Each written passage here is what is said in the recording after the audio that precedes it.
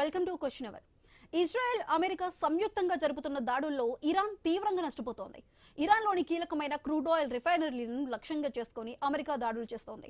ఇరాన్లోని పెద్దదైన south పార్స్ gas field పై Israel భారీగా దాడులు చేసింది. దీంతో రెచ్చిపోయిన ఇరాన్ ప్రతీకారంగా ఖతర్ ఆర్థిక వ్యవస్థకు పునాదిగా నిలిచిన రస్ లఫాన్ ఎల్ఎన్జీ రిఫైనరీపై ఇరాన్ క్షిపణి దాడి చేసింది. భారీగా మంటలు వ్యాపించడంతో ఎల్ఎన్జీ ప్లాంట్ కు తీవ్ర నష్టం జరిగినట్టు ఖతార్ ప్రకటించింది. ప్లాంట్ లో భారీగా ఆస్తి నష్టం జరిగిందని, పునరుద్ధరణకు 5 ఏళ్లు పడుతుందని ఖతార్ ఎనర్జీ డిపార్ట్మెంట్ ప్రకటించింది.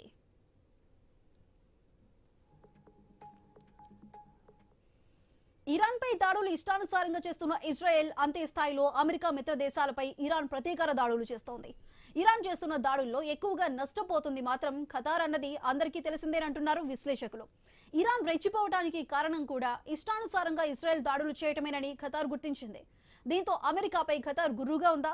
ఇజ్రాయెల్ చెప్పబెట్టకుండా దాడులు చేస్తుందంటూ ఆగ్రహం వ్యక్తం చేస్తుందా? ఇజ్రాయెల్ ఇరాన్ పై దాడుల తీవ్రతను పెంచిందా అన్న ప్రశ్నలకు అమెరికా సమాధానాలు ఇవ్వటం లేదు.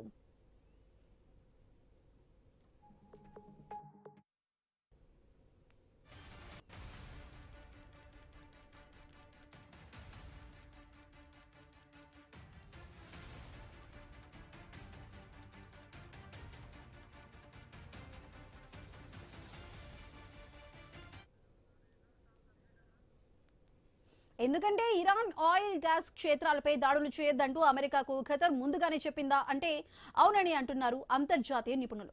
ఒకవేళ ఇరాన్లోని కీలక క్షేత్రాలపై దాడులు చేయాల్సి వస్తే ముందుగా తమకు సమాచారం ఇవ్వాలని ఖతర్ కోరిందన్న ప్రశ్నలు తలెత్తుతున్నాయి.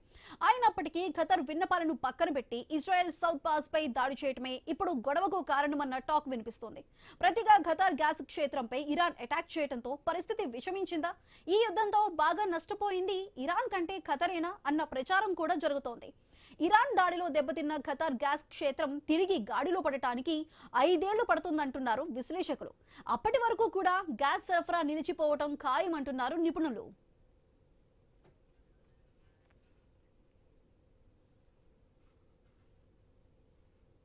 దీంతో ఫ్రాన్స్, ఐరోపా దేశాలతో పాటు పలు దేశాలకు 5 ఏళ్ల పాటు గ్యాస్ సరఫరా చేయలేని పరిస్థితులు ఖతార్లో నెలకొన్నాయి. ఇప్పటికిప్పుడు ఇరాన్ వార్ ఆగినా గ్యాస్ క్షేత్రంలోని మిగతా విభాగాల్లో పరిస్థితిని పరిశీలించి గ్యాస్ ఉత్పత్తికి 5-6 నెలలు పడుతుందా అంటే అది కూడా ఖచ్చితంగా చెప్పలేకపోతున్నారు.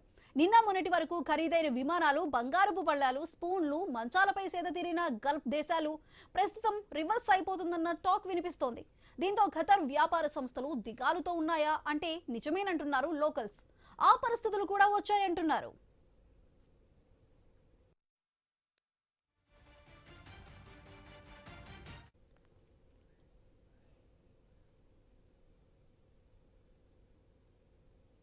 ఇక ఖతార్ అంటే ఒక టూరిస్ట్ ప్రాంతంగా ఫేమస్. అలాంటిది దాడులతో టూరిస్టులు అక్కడికి వెళ్లేందుకే జంకుతున్నారు. దీంతో పర్యాటకులు లేక పలు ప్రాంతాలు వెలవెలబోతున్నాయి. ఇక దాడులతో రియల్ ఎస్టేట్ కూడా ఢమాలైపోయింది. ఎక్కడా కూడా పెట్టుబడిదారులు రావటం లేదన్న టాక్ వస్తోంది. ఇలా మూలుగుతున్న కుందేలుపై తాటిపండు పడ్డట్టుగా ఖతార్ పరిస్థితి నెలకొంది. ఎలా చూసినా యుఏఈ సహా గల్ఫ్ దేశాల ప్రగతి 20 ఏళ్లు వెనక్కిపోయిందన్న చర్చ జరుగుతోంది. ఈ వార్ నష్టం నుంచి ఇప్పట్లో గల్ఫ్ దేశాలు తేరుకోలేవా? ఎన్ని రోజులు పడుతుంది? మళ్ళీ పాత రోజులు వచ్చేస్తున్నాయా అనే ప్రశ్నలు అయితే ప్రస్తుతానికి ఆసక్తికరంగా మారాయి.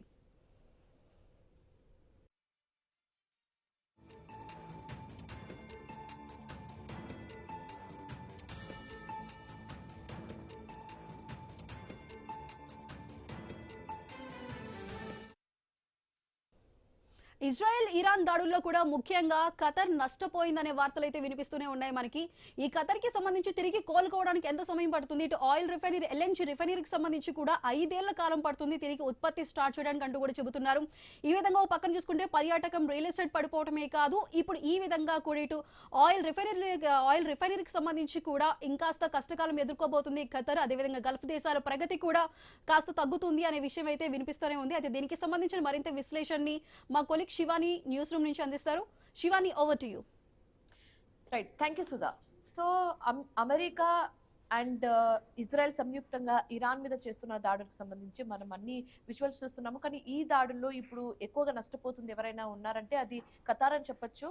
సో ఖతార్ మీద రీసెంట్గా ఇజ్రాయెల్ దాడి చేసింది.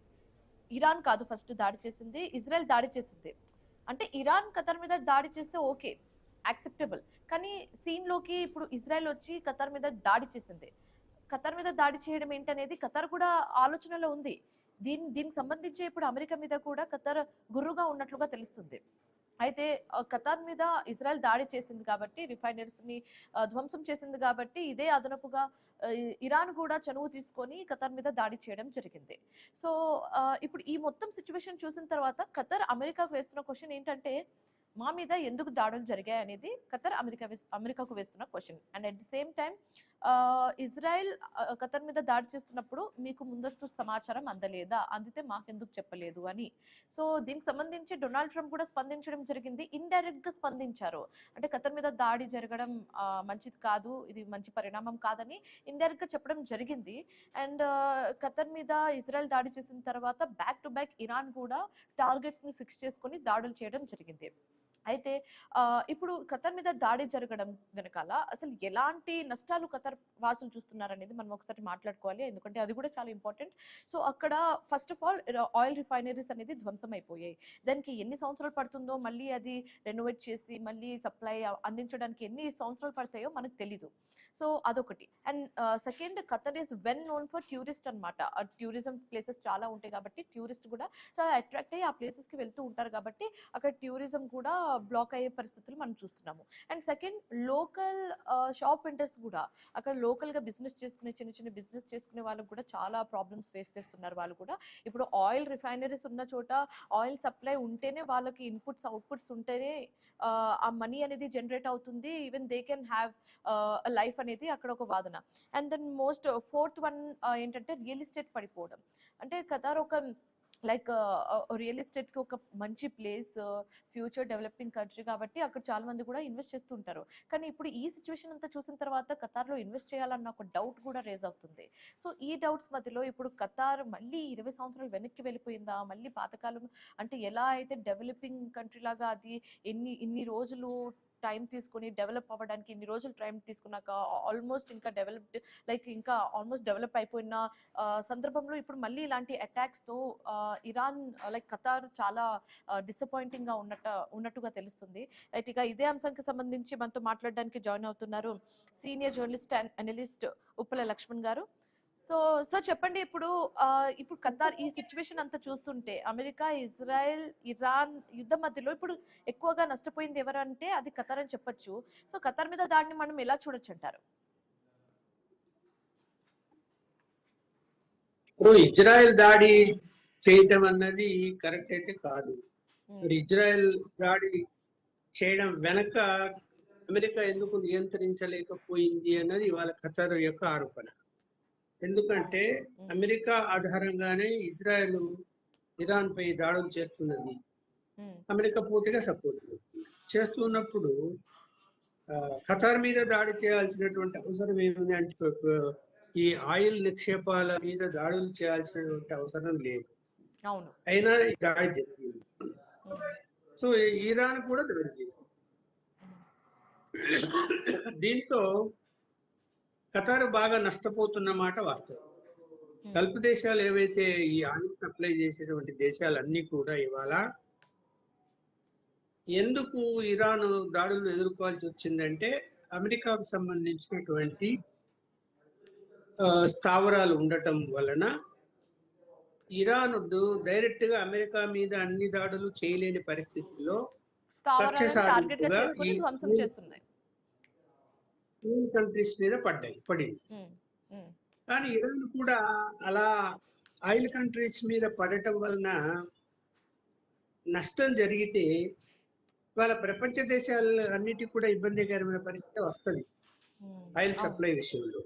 కానీ ఈ మాట ఇరాన్ కి తట్టట్లేదే. మీరు అన్నట్టుగా ఒకవేళ ఆయిల్ రిఫైనరీస్ మీద దాడి చేస్తే దేశవ్యాప్తంగా ఇబ్బందులు మనం ఎదుర్కొంటాం. కానీ ఖతర్ ఇప్పుడు ఎలాంటి సిచ్యువేషన్ లో ఉందంటే, ఇప్పుడు ఇరాన్ ఎలాంటి సిచ్యువేషన్ లో ఉందంటే మేము ఆల్మోస్ట్ అన్ని కోల్పోయాం, ఇంకా ఎదురు దాడి తప్పితే వేరే ఆప్షన్ లేదన్నట్టుగా ఉందా? ఇప్పుడు వాళ్ళే తగ్గడం లేదు. మీరు ఎన్ని చెప్పినా మేము దాడులు చేస్తూనే ఉంటున్నారు, ప్రతిరోజు దాడులు జరుగుతూనే ఉన్నాయి.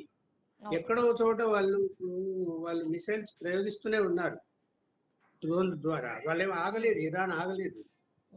అమెరికానే వెనకంజ వేస్తుంది. ఇప్పుడు ఏమంటున్నాడు, రాజీ మార్గానికి వెళ్దాము, ఆ త్వరలో యుద్ధం ముగిస్తాము అంటాడు ట్రంప్. అంటే ఇక్కడ ఇజ్రాయెల్ కూడా ట్రంప్ మీద ఆధారపడి ఈ ఈ పరిస్థితి తీసుకురావడానికి కారణం కూడా ఇజ్రాయెల్ అవుతుంది కదా, ఉమ్, ఎన్ని చెప్పినా కూడా. అది కూడా ఒక్క దేశం కాదు, ఇప్పుడు ఐరోపా కంట్రీస్ అన్నిటికి కూడా ఖతార్ నుంచి ఆయిల్ సప్లై అవుతుంది. ఇప్పుడు ఈ యొక్క దాడుల వలన, అటు ఇరాను ఇటు ఇజ్రాయెల్ దాడుల వలన ఖతారు ఈ ఆయిల్ సప్లై చేసే పరిస్థితి అయ్యి రిఫైనరీస్ అన్ని కూడా డ్యామేజ్ అయిపోతే అవి ఒకవేళ ఇప్పుడు యుద్ధం ఆగినా కూడా వాటిని పునరుద్ధరణ చేయడానికి ఎన్ని చాలా టైం సంవత్సరాలు పడుతుంది. పట్టొచ్చు? 5-6 సంవత్సరాలు పట్టొచ్చు. ఉమ్, 5-6 సంవత్సరాల వరకు ఆయిల్ సప్లై చేయలేని పరిస్థితి వస్తే ఐరోపా కంట్రీస్ అన్ని ఏం కావాలి? అవును. అంటే ప్రపంచవ్యాప్తంగా ఇది ఈ ఫ్యూయల్ సమస్య అన్నది సీరియస్ గా అయ్యేటువంటి పరిస్థితి కనిపిస్తున్నది ఈ యుద్ధం. ఉమ్, మరి దీన్ని అమెరికా ఎందుకు ముందు ఊహించలేకపోయింది? ఇప్పుడు అమెరికా కూడా నష్టమే కదా, అమెరికాలో కూడా ఆయిల్ రేట్లు పెంచేశారు కదా, అవును. అక్కడ కూడా అటు పెంచేశారు అటు రష్యా ఆయిల్ నుంచి రేట్లు. ఆయిల్ తీసుకోకూడదని గతంలో ఆంక్షలు అయితే విధించింది, కానీ ఇప్పుడు మెల్లమెల్లగా అది కూడా సడలిస్తున్నట్లుగా కనిపిస్తుంది.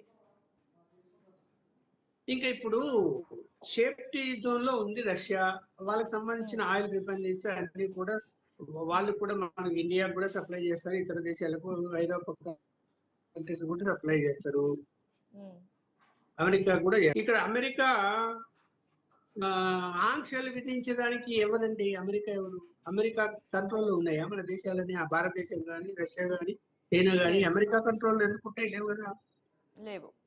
ఆ, ఈ అంటే అగ్రదేశాలు ఆంక్షలు యాజ్ ఇన్ కూడా టారిఫ్ పెంచుకుంటూ ఈ పోతుంది. అంటే డైరెక్ట్ గా ఆంక్షలు విధించడం అనేది మీరు ఇందాక అన్నట్టుగా ఆంక్షలు విధించడానికి America has no right. But అది ఎలా అంటే టారిఫ్లు ఎక్కువ పెంచుకుంటూ పోతుంది కాబట్టి అక్కడ కొంచెం రిస్ట్రిక్టెడ్ గా ఫీల్ అవుతున్నాం మనం. వాళ్ళు ఎగుమతి చేసుకునే వాటి మీద సుంకాలు విధిస్తున్నారు అంతే. ఉమ్, ఉమ్, అవును. వాళ్ళు రైట్. ఎగుమతి అంటే వాళ్ళ అమెరికాకు ఎగుమతి చేస్తున్నటువంటి వాటి మీద సుంకాలు విధిస్తున్నారు. ఆ సుంకాల విషయంలో కూడా అక్కడ సుప్రీంకోర్టు ఆపేసి.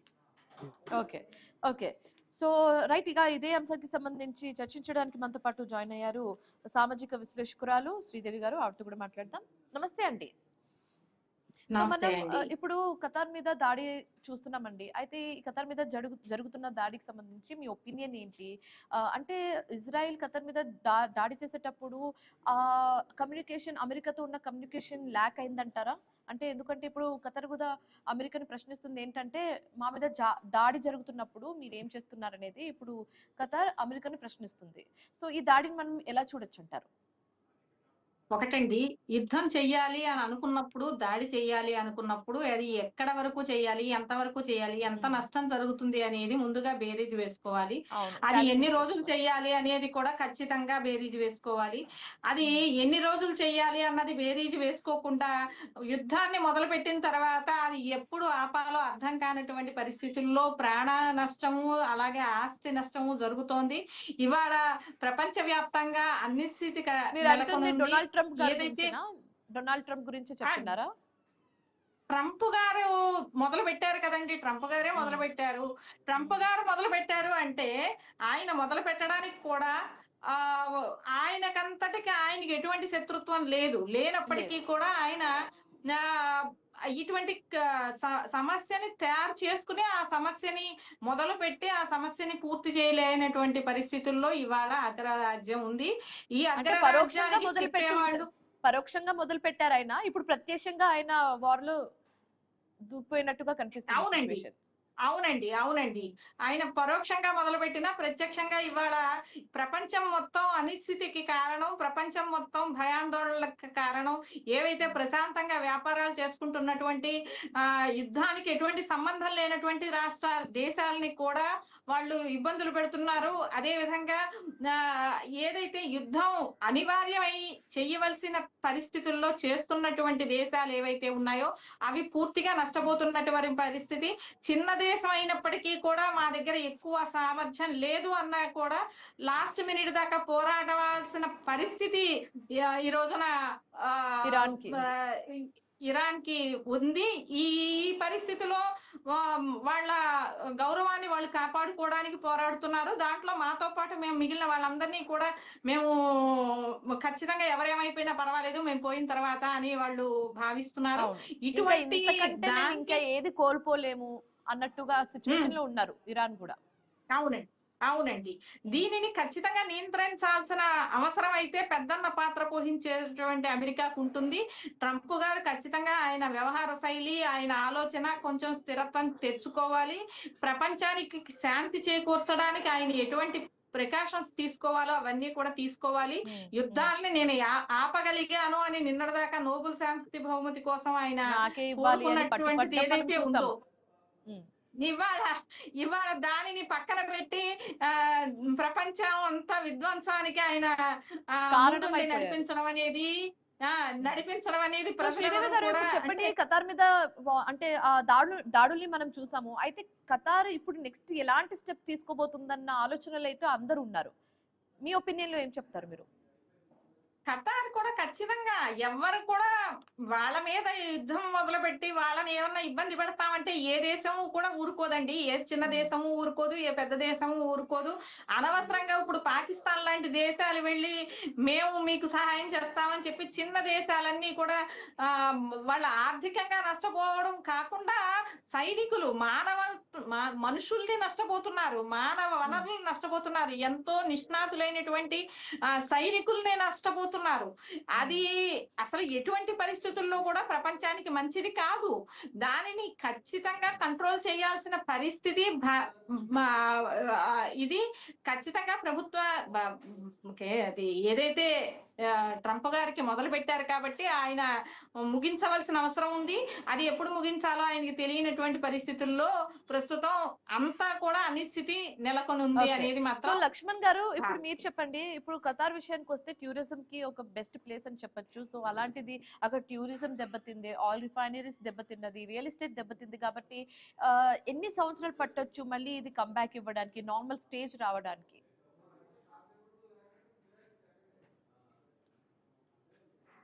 అసలు ముందు యుద్ధం ఆగితే కదమ్మా, యుద్ధం ఆగితే దాని తర్వాత ఎన్ని సంవత్సరాలు అని చెప్పి యుద్ధం ఇది ఇంకొక సంవత్సరం వరకు కొనసాగుతుందా, ఎప్పటి వరకు ఉంటుంది అనేది ఏది ఎవరు క్లారిటీ ఇవ్వడం లేదు. అవును, స్టార్టింగ్ లో అయితే ఒక 2 వీక్స్ వరకు ఉంటుందని డొనాల్డ్ ట్రంప్ అంటే అక్కడ చెప్పారు. వర్క్ చేయాలి అంటే సో ఇక్కడ పని మొదలు పెట్టాలంటే కూడా పెట్టలేరు. ఎందుకంటే మళ్ళీ మిసైల్ వచ్చి దాడి చేస్తుందేమో అని చెప్పి వర్క్ మొదలు పెట్టలేరు కదా. జరిగినటువంటి నష్టాన్ని భరించగలుగుతారు కానీ పునరుద్ధరణ చేయడానికి మళ్ళీ మిసైల్ వచ్చి దాడి చేద్దామో అని వెయిట్ చేయాల్సి వస్తుంది కదా వీళ్ళు. అందువల్ల యుద్ధం ముగియాలి. యుద్ధం ముగితే వీళ్ళంత త్వరగా తేరుకోవడానికి అవకాశం ఉంటుంది. 4 సంవత్సరాలు పట్టొచ్చు, 5 సంవత్సరాలు పట్టొచ్చు. ఇక్కడ మనం చెప్పండి, రాజీ ధోరణిలో పోవాల్సింది తప్ప చూడండి, ఇప్పుడు దుబాయ్ గాని ఖతార్ గాని మనకు ఇండియన్స్ కి ఎక్కువగా టూరిస్ట్ ఇన్వెస్ట్ పెడతారు, రియల్ ఎస్టేట్ బిజినెస్ కూడా చేస్తారు. ఇప్పుడు ఇవన్నీ మొత్తం ఆగిపోయాయి. బాగా నష్టపోతే కూడా ఇప్పుడు ఇన్వెస్ట్మెంట్ పెట్టినటువంటి అక్కడ ఇన్వెస్ట్మెంట్ పెట్టినటువంటి భారతీయులు, అలాగే రియల్ ఎస్టేట్ వ్యాపారం చేస్తున్న భారతీయులు కూడా పెద్ద నష్టం. ఇప్పుడు ధరలు పడిపోయాయి, ఎప్పుడు చేరుకుంటారో తెలియదు. సో ఇప్పుడు మనం ప్రత్యేకంగా మాట్లాడుకోవాల్సింది క్రూడ్ ఆయిల్ గురించి అండి. ఒకవేళ ఈ యుద్ధం ఇలానే ఇంకో 2 వీక్స్ వరకు కొనసాగితే మాత్రం క్రూడ్ ఆయిల్ ఒక $150 వరకు ఉంటుంది, చేరుకుంటుందని ఖతారే హెచ్చరిస్తుంది. సో అప్పుడు సిచ్యువేషన్ ఏ విధంగా ఉండొచ్చు అంటారు? మన ఇండియా వరకు మనం సేఫ్ సైడ్ లోనే ఉన్నాము. ఇరాన్ కొంత మనకు వెసులుబాటు కల్పించింది. ఇరాన్ అధ్యక్షులతో పాటు ప్రధానమంత్రి గారు మాట్లాడారు. కొంత మనకు అనుకూలంగానే వ్యవహరిస్తూ ఉన్నది అని వార్తలు వస్తున్నాయి మరి మన వరకు. అయితే యుద్ధం కంటిన్యూ అయితే కూడా ఎవరేం చేయలేని పరిస్థితి వస్తుంది. మనం కూడా అనేక ఇబ్బందికర పరిస్థితులు ఎదుర్కోవాల్సి వస్తుంది మనం కూడా. ఓకే, సో శ్రీదేవి గారు మీరు చెప్పండి, ఇప్పుడు ఇజ్రాయెల్ ఖతార్ మీద దాడి చేసిన వెనకాల రీజన్ ఏంటి అని వాళ్ళు చెప్తుంది ఏంటంటే ఖతార్ లో ఉన్న హమాస్ వ్యక్తులని మేము చంపడానికి ఆ దాడులు చేశామని చెప్తుంది. కానీ కట్ చేస్తే అక్కడ ఖతార్ లో చనిపోయింది హమాస్ వ్యక్తులు కాదు, ఖతార్ వ్యక్తులని ఇంకో వైపు ప్రకటన కూడా మనం వింటున్నాము. సో దీన్ని ఎలా చూడొచ్చు అంటారు పొలిటికల్ గా? ఇది అర్థం చేసుకునే అంటే ఆ ఎక్కడ ఆపాలో మొదటి నుంచి నేను ఒకటే చెప్తున్నానండి. అర్థం చేసుకుని ఎక్కడ ఆపాలో అర్థం కానటువంటి పరిస్థితిలో ఉన్నటువంటి యుద్ధ వాతావరణంలో ఇవాళ ఎక్కడ ఎప్పుడు ఎలా జరుగుతుంది, ఎందుకు జరుగుతుంది, ఇక్కడ ఇవాళ ట్రంప్ గారికి వ్యతిరేకంగా ఏదో మాట్లాడారు అంటే ఇక్కడ హమాజ్కి అనుకూలమైన వ్యక్తులు ఉన్నారు అని చెప్పి ఆయన బాంబులు వేసేయడమో, లేకపోతే అక్కడ ఆయన ధ్వంసం చేసేయడమో, లేకపోతే ఎక్కడ ఎవరు వ్యతిరేకంగా ఎక్కడ కనబడ్డా కూడా వాళ్ళనందరినీ కూడా ఇబ్బందులు పాలు చేయాలి అని అనుకోవడము అనేది ఏదైతే ఉందో ఇది ప్రపంచ శాంతికి మంచిది కాదు. ఖచ్చితంగా ప్రపంచ శాంతి జరగాలి అంటే ఏదైతే యుద్ధం మొదలు పెట్టారో, దేనికోసం అయితే మొదలు పెట్టారో ఆ ఫుల్ స్టాప్ అనేది దానికి పెట్టడం అనేది ఖచ్చితంగా అవసరం. ఇది రోజుల తరబడి సంవత్సరాల తరబడి జరుగుతూ ఉంటే ఖచ్చితంగా ప్రపంచం అంతా కూడా అల్లకల్లోలం అవుతుంది. ఏమి చెయ్యాలో అర్థం కానటువంటి పరిస్థితి ఉంటుంది. ప్రతి చోట కూడా గ్యాస్ కష్టాలంటే భారతదేశానికి ఇన్నర్ వెయిట్ పెద్ద కొత్త కాదు. భారతదేశంలో ప్రతి దాన్ని కూడా కొత్తగా నేర్చుకుంటారు, కొత్తగా ఏర్పాటు చేసుకుంటారు.